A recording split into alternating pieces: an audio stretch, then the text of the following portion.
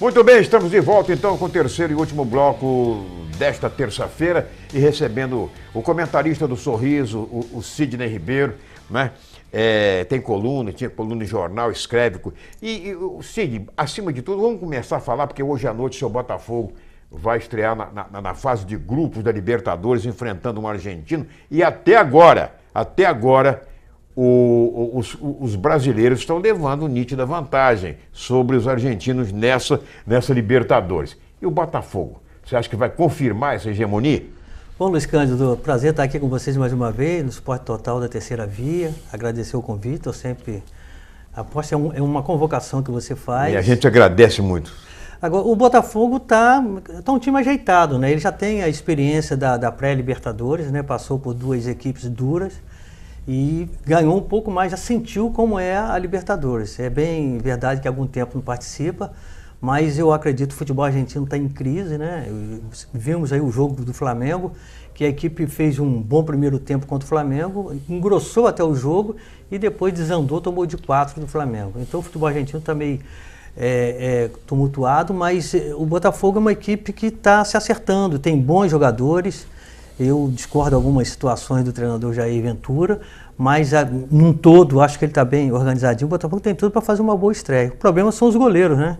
O goleiro Gatito, apesar de ter defendido aqueles pênaltis, no jogo da estreia do campeonato estadual, ele andou vacilando em alguns lances, e o Elton Leite também nunca foi um goleiro de muita confiança.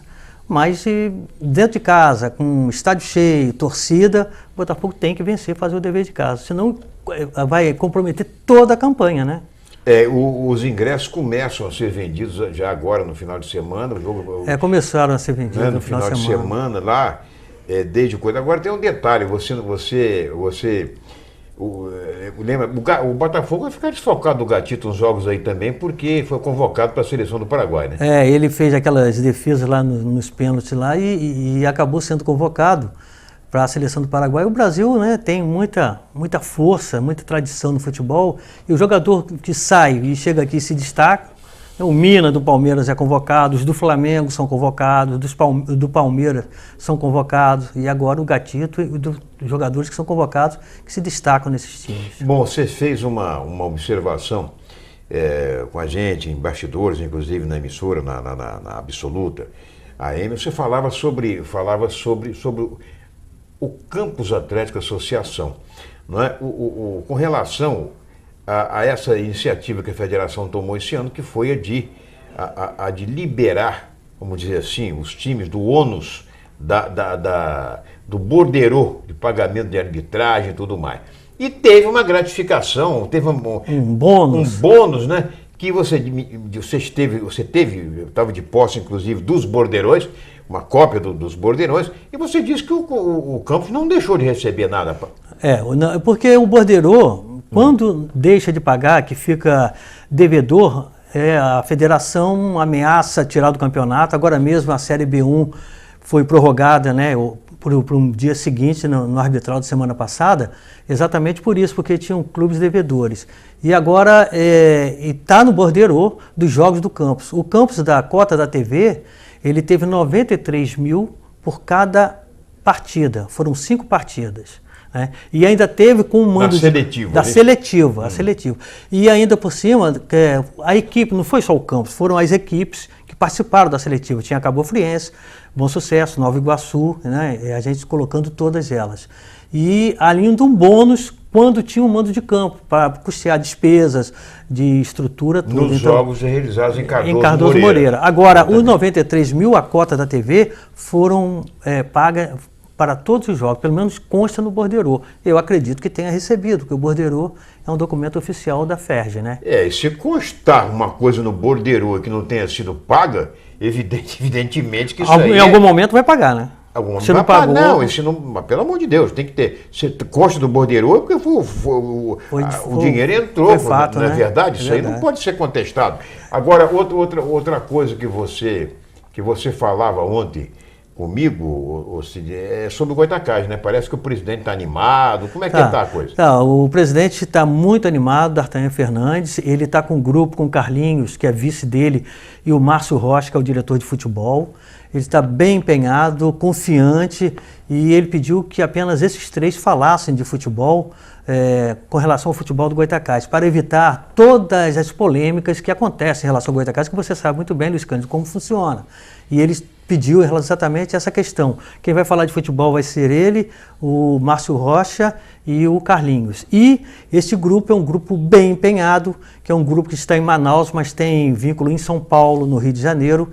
E esses jogadores que eles estão querendo trazer são jogadores, não são daqui do nosso eixo, não. Vai ser realmente de São Paulo, fora inclusive o treinador, né, pode até vir lá de São Paulo, porque já conhece os jogadores e o grupo está querendo organizar isso. O D'Artagnan está muito animado em relação a isso. E tem a vantagem, né, da anistia dos débitos com relação à arbitragem, né, que eles não vão pagar nem a taxa da federação. Os clubes da Série B1 vão custear apenas a arbitragem do Sub-20, e também o transporte da van tradicional que vem aí. Eu não sei se você estranhou, eu também achei um pouco esquisito, porque uma divulgação da federação, dos clubes que participaram do arbitral da Série B1, com relação ao seguinte, aqueles que estivessem em débito com a federação, ou com o INPS, aquela coisa toda, que teriam até as 14 horas, né, do dia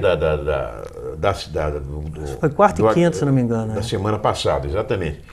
Teriam para quitar esses débitos, porque senão estariam automaticamente rebaixados, não poderiam sequer. E depois todos participaram, os 21 e tal, e ninguém falou mais nada disso. A gente não sabe o que foi, eles não divulgaram, né? Acho difícil, mas acho difícil, a federação né, ter dado anistia. Porque às 18 horas de quarta-feira, se não me engano, ou quinta, eles alegaram essa situação, e no dia seguinte, às 14 horas, teve o arbitral com todo mundo participando. Será que arrumaram dinheiro para poder quitar suas dívidas com os órgãos da federação e tudo de um dia para o outro? De qualquer maneira... Fica a interrogação. Fica a interrogação. O importante é que nossos times estão, né, participando, e a gente torce para que faça uma boa campanha. Muito bem.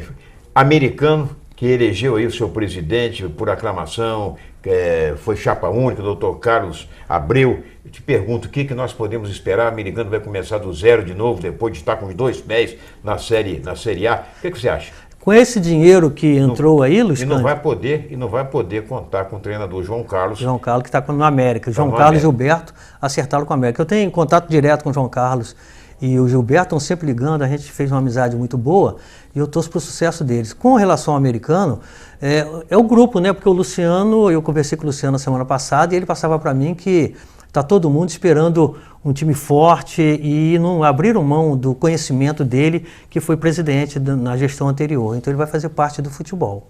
E quem está assistindo aqui ao programa hoje é o novo superintendente aqui da Infraero em Campos, né? Com um prazer enorme para ele. Luiz Antônio, o Enéas tem mais de 30 anos aí de Infraero e estava, né, em Minas, Uberaba, e agora está aqui no nosso aeroporto aqui, é companheiro, amigo da gente. A gente estava lá em Uberaba, né? Lá no Triângulo. Agora o botafoguense, né? Botafoguense, esse sabe torcer. Você dá uma sorte. É verdade. Você dá uma sorte, Cidinho. É verdade. Pois é, minha gente. Bom, Cid, brevemente, se Deus quiser, estaremos de volta com você para a gente bater sempre aquele papo e torcendo realmente para que, a gente sabe que é muito difícil, mas torcendo realmente para que o futebol de Campos chegue pelo menos a 50% do que era antigamente. Eu acho que esse ano está bem promissor. Eu acho que a gente pode realmente fazer uma bela campanha e se isentar aí as pessoas que ficam atacando e tal.